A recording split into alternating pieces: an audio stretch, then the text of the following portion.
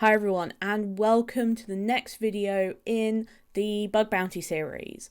In the previous series we looked a lot at starting out, so what kind of vulnerabilities to look for, but also what even is bug bounty hunting. In this series of videos we're going to go a bit more in depth. We're going to be talking a lot more about how to actually start hacking, and then moving on to how you actually find your first bug. So a lot of the videos in this part of the series are going to be more around, okay, how do we choose a target? How do we get started on a target? What kind of stuff do we look for? What kind of methodologies are we going to be using, etc. So in this series, we're going to be looking more at that. So if you're already somewhat familiar with bug bounty hunting, maybe you've had a go, haven't been successful, this is what we're covering here. So this phase of the series is going to be more about that kind of thing. So I think you'll really enjoy it. As always, we've got to thank our amazing sponsor, Bugcrowd. A great hacker needs a great platform, and Bugcrowd is the home of the hacker. They provide hackers with the best opportunities to make money, advance their skills, build community, and unleash ingenuity through their security knowledge platform. They provide distinctive educational content for hackers. You can rapidly pick up new skills through Bugcrowd University or gain practical experience with one of their many monthly challenges. Or maybe you want to follow real hacking experts like myself as we cover methodology, shortcuts, and tools. Bugcrowd has an entire level up series unique to the industry that covers all of that. So if you're interested in joining Bugcrowd, head over to bugcrowd.com/hackers now and join the Bugcrowd community. Thank you very much to Bugcrowd for sponsoring this video. Bugcrowd is sponsoring every single video in this series, so you can learn bug bounty hunting and get started on Bugcrowd today. Thank you so much to Bugcrowd for sponsoring the video. So the very first kind of thing once you sign up to Bugcrowd, you actually have a look, is you have this discovery page. Now the discovery page shows you basically every program that you can hack on. So if you're invited into private programs, public programs, however, as we will see, Bugcrowd does have some things that make it a little bit different. If you've hacked on other platforms before, you will see that Bugcrowd works a little bit differently and maybe to your advantage. So the discovery page is the very first page that you see. It shows you a bunch of stuff. It will flag up programs that have new scope or high rewards.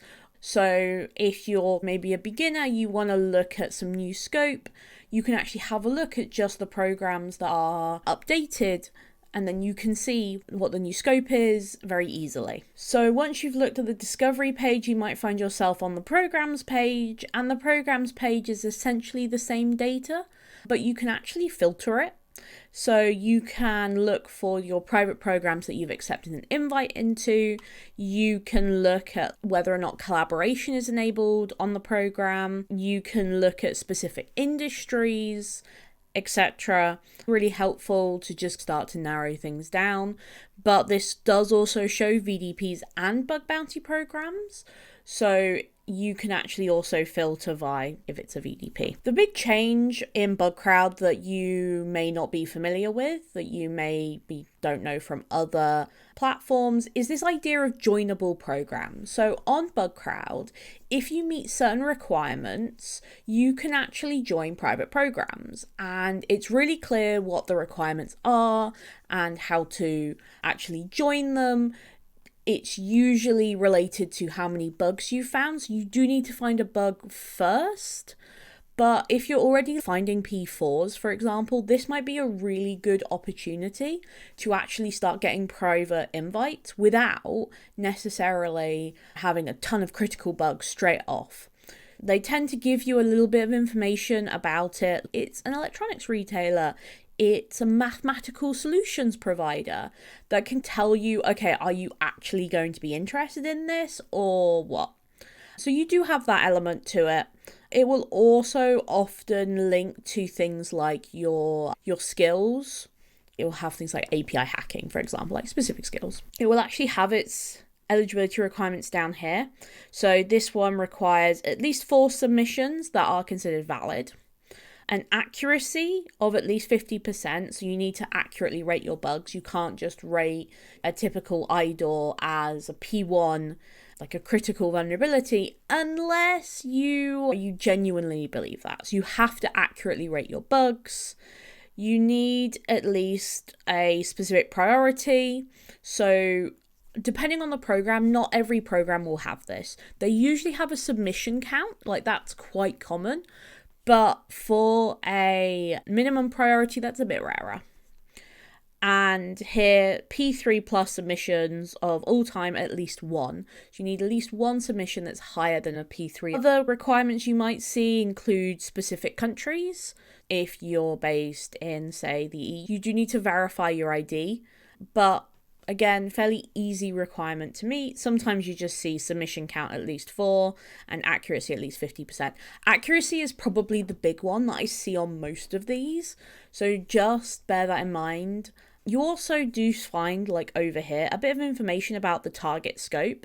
So this one is a web front end with Go and Ruby based GraphQL backend. Fantastic, great. I know GraphQL hacking, so this is going to be something that I want to hack. Crowdstream is Bugcrowd's version of Hacktivity, where people post bug found on blah, blah, blah. This is Bugcrowd's version of it. So it shows you both, depending on like the client sensitivity, so whether or not they opt into it. And by the way, if you run a bug bounty program, you should opt into this because it's really helpful for educational content creators like me to see what people are actually finding and do some research. If you look at the amazing stuff being done by Bug Bounty Reports Explained, Jesus Christ, you should definitely sign up to Crowdstream. But it also shows some redacted information as well. So it might just say submission accepted, submission claimed, but it won't say the exact target information. But it can give you an idea of the kinds of vulnerabilities people are finding if it's got that detail, and also the kind of bounties people are getting as well. So the main thing you'll find yourself looking at is, of course, the program pages.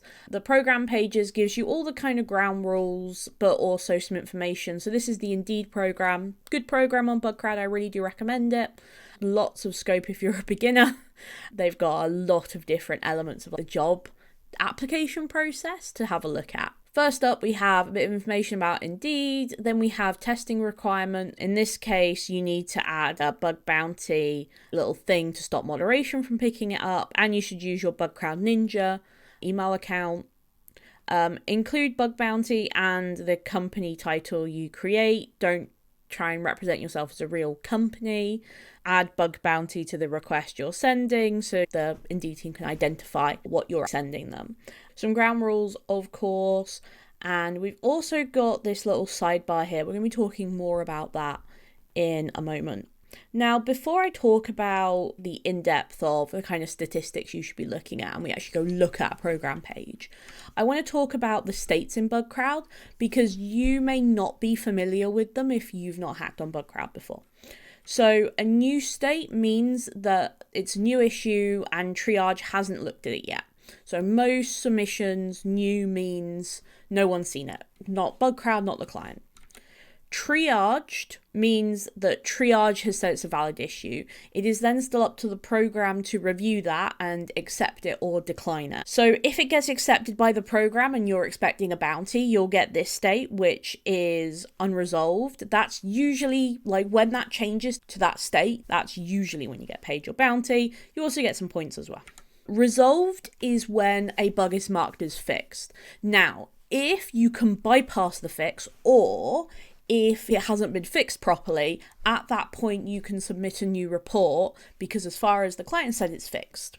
Now, informational, or what previously was called won't fix, is essentially they know about the issue either from your report or even previous reports, and for whatever reason, they do not intend on fixing it. Now, not every security vulnerability will be marked as to resolve by the customer, and that's because it's really expensive to actually fix security vulnerabilities. It takes a lot of manpower. You've got to get developers on board. You've got to get testing. You've got to do unit tests. It can be quite a lot. And for a vulnerability that doesn't necessarily impact that much, they may just decide, you know what, we're not in a position where we can fix it. Can that change? Yeah, of course it can change. Does that mean you shouldn't submit that bug? I would still submit it if I were you. But it is worth remembering that not everything is going to be fixed, and not everything is even a candidate to be fixed. Now, the rejected submission states are out of scope, so you will receive a penalty if you go out of scope. Most Bugcrowd triagers are very nice and they won't mark something as out of scope. They'll mark it as NA, but if you continue to go out of scope, they will mark it as out of scope and you'll receive penalties. Not reproducible. Triage or the client can't get the vulnerability to work. Again, you'll probably get NA before you get this. It's only if you start to submit a lot of vulnerabilities that are like not reproducible that you will get a penalty. Now, not applicable on Bugcrowd is a neutral state. It's not a penalty and it's not a positive state, it's just neutral. If you get NA, it will not affect your reputation, it does not affect your invites, it is just, for whatever reason, this is not applicable to this program, whatever. And I really want to stress that is not a negative state. That is just a, this doesn't apply to this program state. It doesn't get used for anything, I promise. If you get marked as a duplicate, your duplicate will be marked like in the original status and it will be linked. It inherits it. If a duplicate gets marked as resolved, but you can still do it, cause that issue, new report, it's a new issue, or it's not been fixed properly.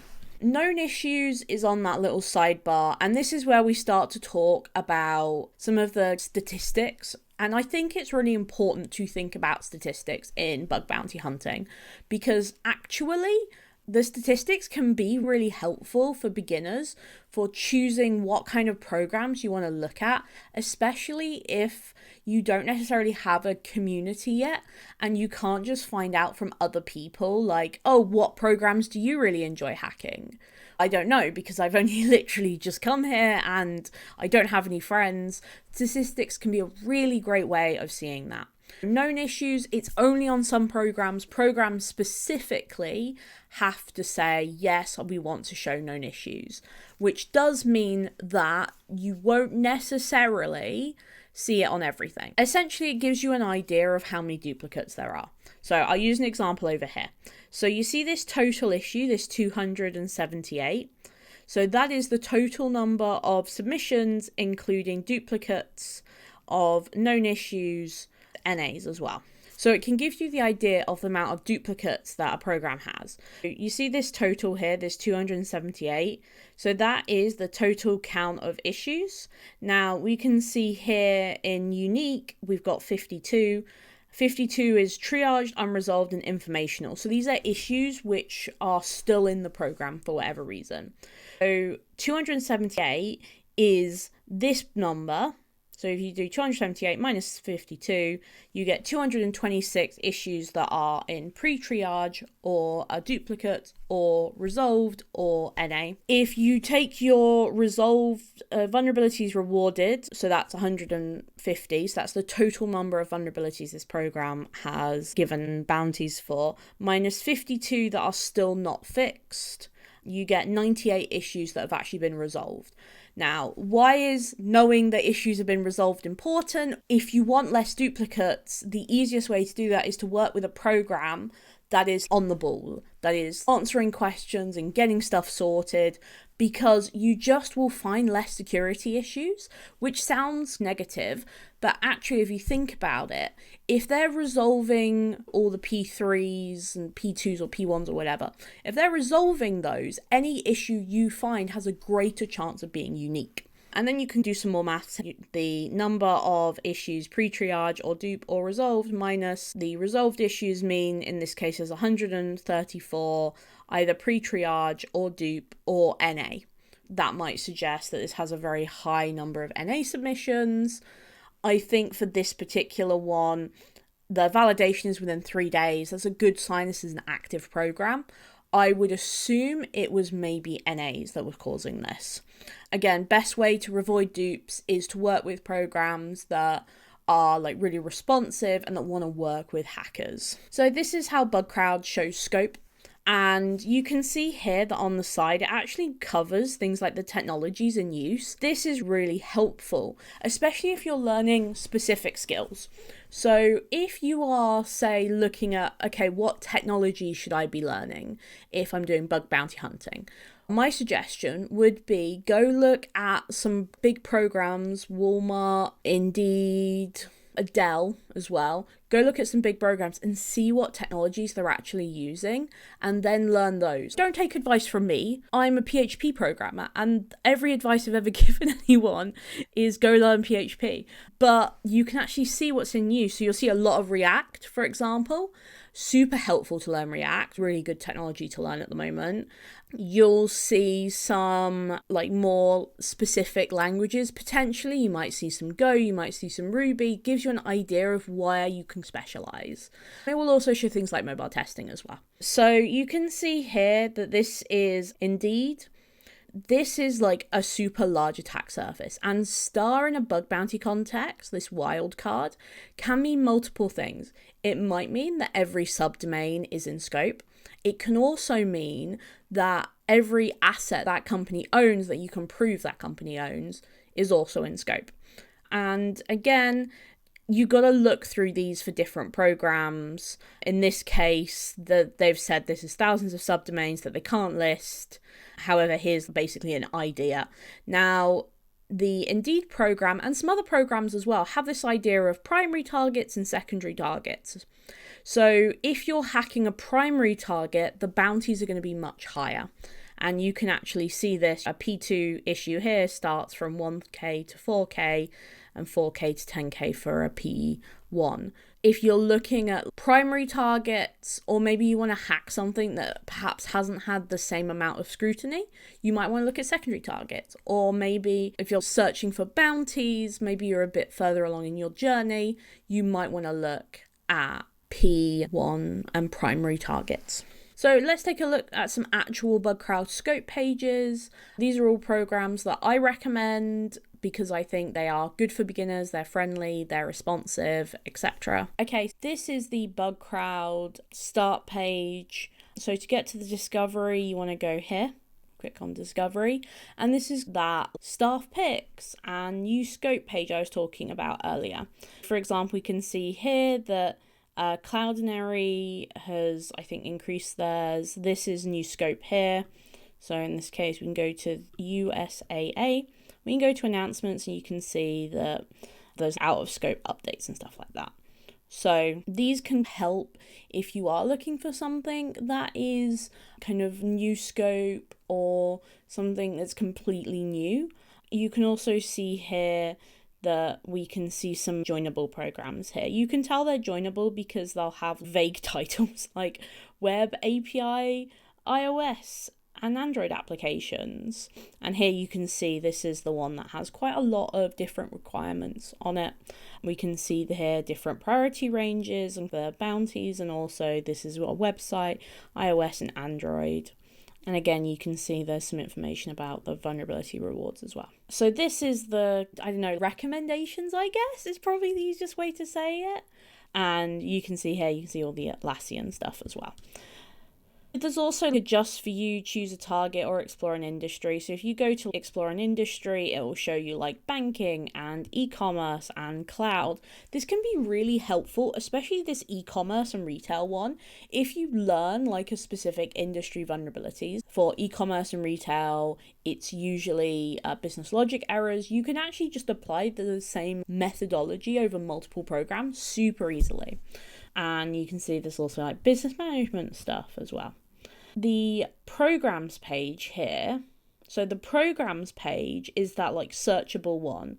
So you can throw in like accept invites or vulnerability disclosure, rewards. So this will show you anything that's not a VDP, but you can also add more stuff in here as well. So you can see your pending invites, the like whether or not you participated in them, specific industries again. So you can start to like really dial down into the kind of programs you're looking for. But again, I've always found that some of my best results have been found from me just experimenting. Anyways, let's take a look at Indeed's program. Again, I really recommend the Indeed program. It's a really great program. The team is really responsive. I found the announcements here. This is going to show you when new targets get added. The Crowdstream is going to tell you what people are finding. So here you can see this is on Portal, Indeed Flex. This is just something owned by Indeed. This is on the GraphQL endpoints. This can be really helpful in saying what you should be looking at. I see this here, submission accepted on target, GraphQL. It was a few days ago.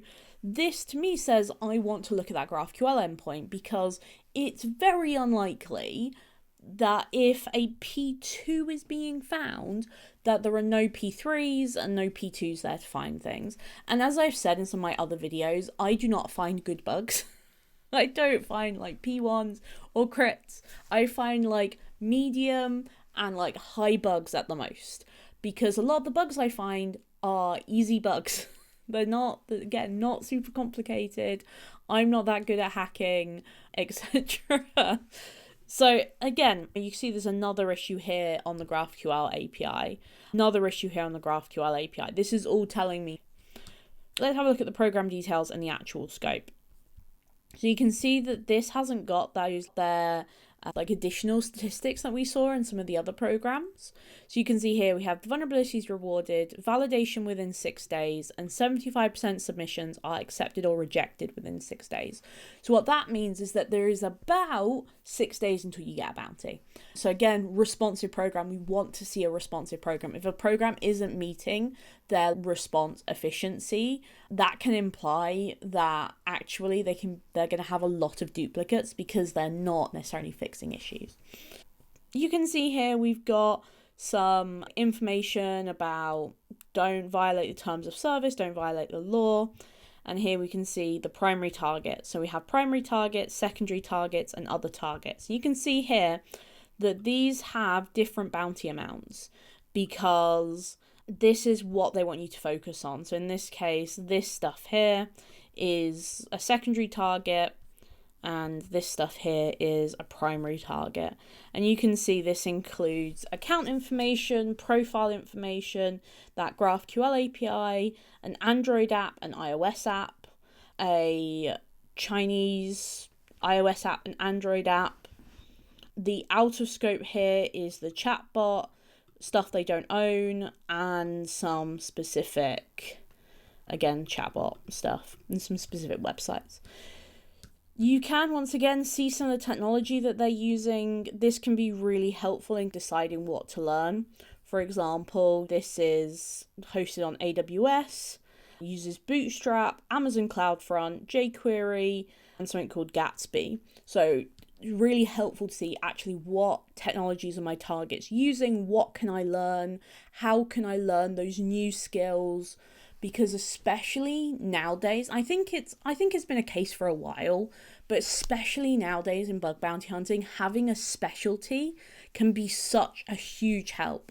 For me, it's API testing. For other people, it's recon, or it's cloud, or it's SSRFs, or whatever, like business logic, whatever. All of that can be so helpful. It has some information about what it considers like a P1, P2, P3, or P4 issue. For if you use other bug bounty platforms, this is a crit, this is a high, this is a medium, and then this is a low. And again, stored XSS here is always going to be a high. That's not necessarily always going to be the case on other programs. So really helpful to know that.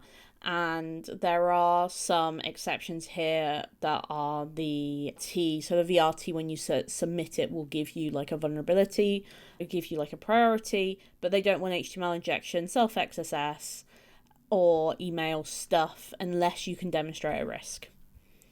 Some helpful tips for testing. A lot of programs will have these in helping you navigate the application, especially if it's not something you're familiar with already. And they also include a target overview, so you can see what you want to have a look at. Immediately thinking profile and resume created, that's going to be one of their key functionality, but there's also like a developer API. They want you to focus on OAuth flaws, looking at privilege escalation, etc. That's an example scope page. Let's take another look at another scope page here. Credit Karma. This does have those known issues. You can start to think, okay, how am I going to approach this? Is this going to be a target that's responsive? See here, 75% of submissions are accepted or rejected in 2 days, so they're responsive. Great. Have they got a lot of known issues? Not too many. They've got a high number of rewarded vulnerabilities as well. Looking at this part of the ratings and rewards, you can see this is not as detailed as Indeed's. And again, that's going to depend on the person you are hacking. Not every program is going to care about everything. It's just a nature of their business, right? They can't fix everything.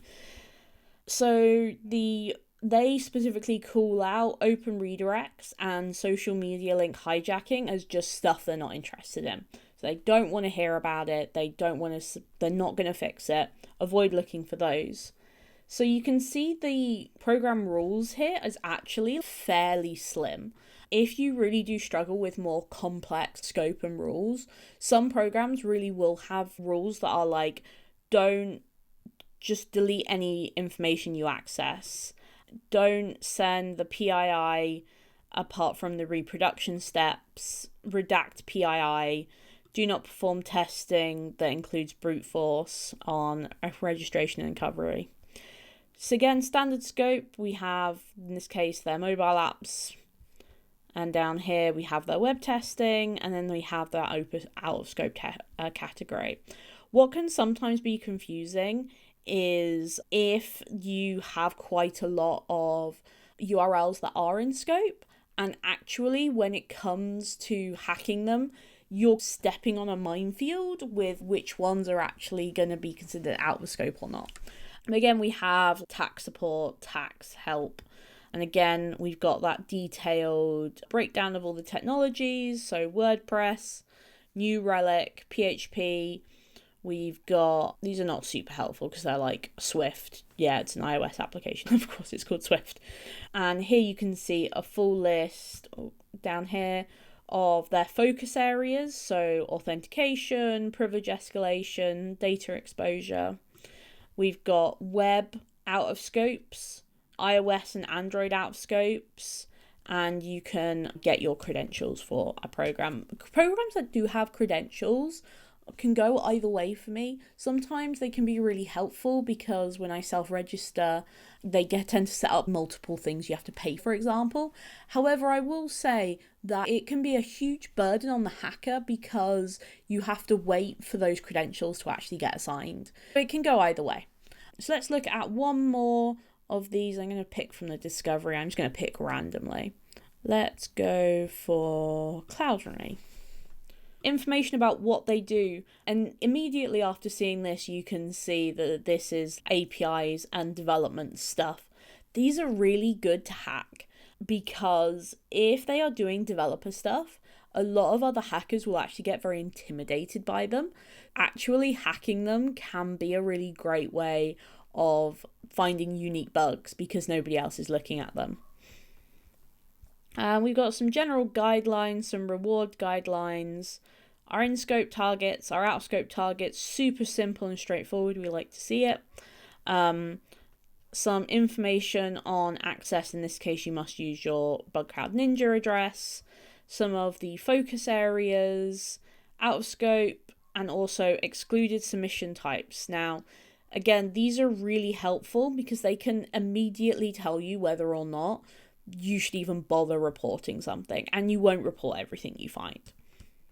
Looking at the statistics over here, you can see that this is quick validation. The payout is potentially a little bit low, which suggests maybe there's a lot more kind of P3 issues, but it doesn't mean that there's no P2 issues or anything like that.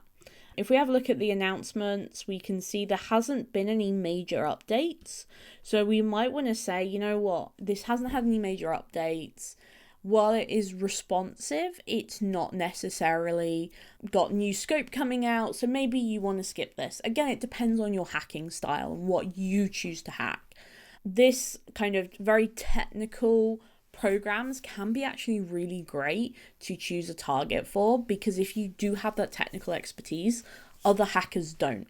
And at the fundamental end of the game, like end of the day with bug bounty hunting, is you're in competition with the other hackers.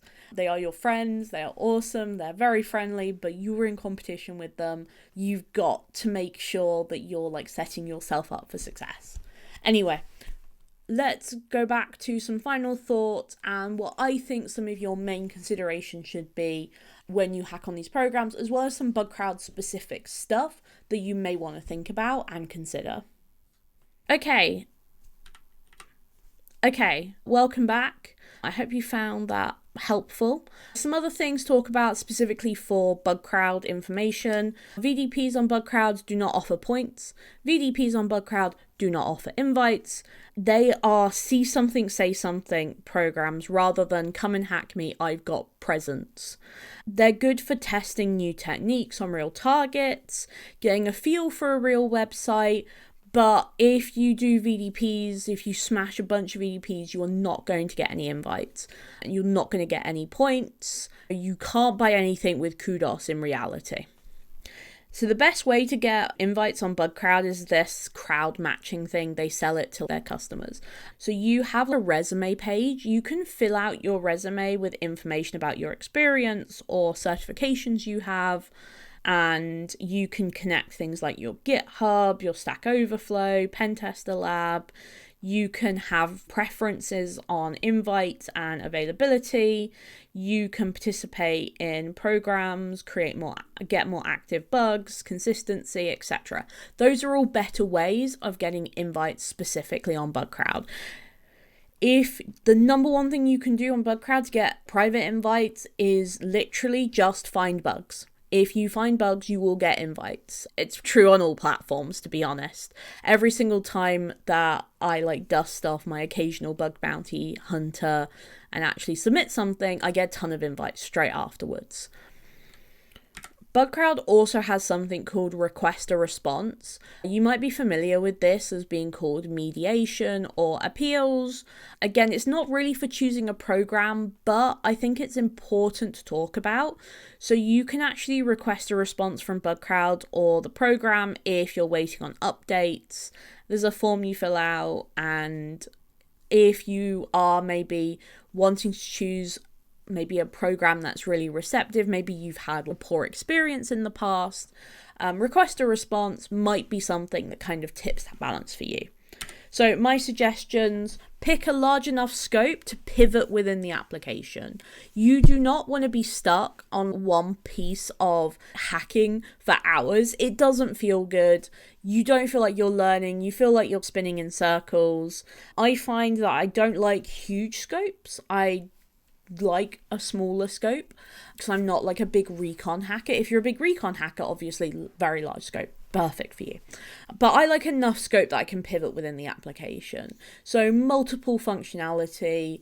I can look at maybe an e-commerce system, but there's also a social media aspect, or there is also a chatbot access, etc. A program which has a quick validation time. If when we're looking at the actual program, we saw an example of this, but I want programs that are actually replying to issues. I don't really want to wait months for a vulnerability just to go through the process.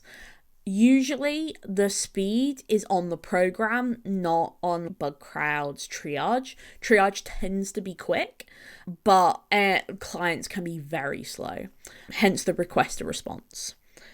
A super clear scope policy that you can follow. So one thing that makes Bugcrowd a bit different is that you actually can't export the scope really easily into something like Burp. So being something that's clear, that you can understand, that makes sense, I think huge advantage. I don't want to be wondering, is this going to be considered out of scope? Because I just won't hack them. I won't do it. I won't bother. I won't waste my time. If I don't understand the scope page, I am out of there. And looking at the program statistics, kind of understand how many duplicate issues they are, how quickly are they actually resolving bugs. And trust me, guys, I know how it feels to find a vulnerability, get very excited, and then get told it's a duplicate. Everybody experiences that. You are not alone if you have experienced that, and that is something that you are getting super frustrated with. That's so normal. It's so normal. So these are my advice. Largest scope, good validation times, something you're familiar with or already use. So if you don't need to learn the functionality, it's a huge advantage. I've literally spent hours looking at trying to understand how an application works from a user perspective, let alone from hacking. Just understanding how the application is supposed to work in the first place. Clear scope makes a lot of sense, seems very clear. And looking at those program statistics, trying to divine whether or not this is a really responsive program and stuff is actually getting fixed reasonably. That's all I've got for you today, folks. I hope this was really helpful, and I hope that this encourages you to get started. I will say that I have also had success in choosing a program randomly and just trying it out. I don't think you can really properly game the system. Sometimes you get lucky and sometimes you don't. Now, these are great ways to maybe tip the scales in your favor, but when you find your first bug and your first few bugs just in general, there is a luck factor. The more experienced you get, the less of a luck factor there is, because as you get more experienced, you'll develop your intuition, but also your actual knowledge of vulnerabilities as well. But saying that, I know this is something that a lot of people wonder about, and especially because my previous video was a different platform, maybe this gives you insights on another one. So I hope you found that helpful, and I will see you guys in the next video. Bye everyone.